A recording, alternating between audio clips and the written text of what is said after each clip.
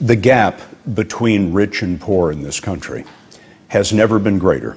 In fact, we have the biggest income disparity gap of any industrialized country in the world. You have what degree of confidence in your ability to control this? 100%. 100%.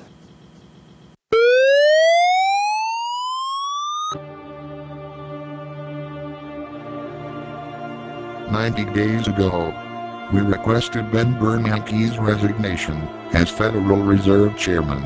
Mr. Bernanke has not complied with our request.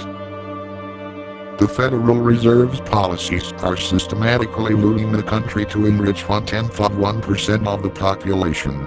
The Federal Reserve has deliberately driven tens of millions of people into poverty. The Federal Reserve is responsible for crimes against humanity. The Federal Reserve gave trillions of American taxpayer dollars, in secrecy, to the people who were most responsible for causing our economic crisis. Our tax dollars were handed out as all-time, record-breaking bonuses to top executives at the too-big-to-fail global banks. The Federal Reserve gave American taxpayer dollars to foreign banks and corporations. The Federal Reserve directly subsidized tax evasion by funneling taxpayer dollars into the Cayman Islands. The Federal Reserve gave American tax dollars to their primary dealer banks, so the banks could then lend that same money back to the U.S. government at higher interest rates, leading to significant profits for the banks, at the further expense of the American public.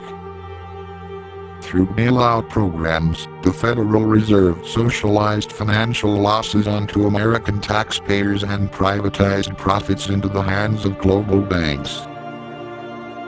The Federal Reserve aids and abets trillions of dollars in accounting fraud. The Federal Reserve routinely manipulates the stock market. The Federal Reserve deliberately caused inflation in the price of food, gas and basic necessities, while devaluing the dollar. The Federal Reserve represents the central planning force behind a global banking cartel that has deliberately impoverished people throughout the world. U.S. politicians have not taken action to break up the Federal Reserve and the too-big-to-fail banks. U.S. politicians have not taken action to prosecute the people who caused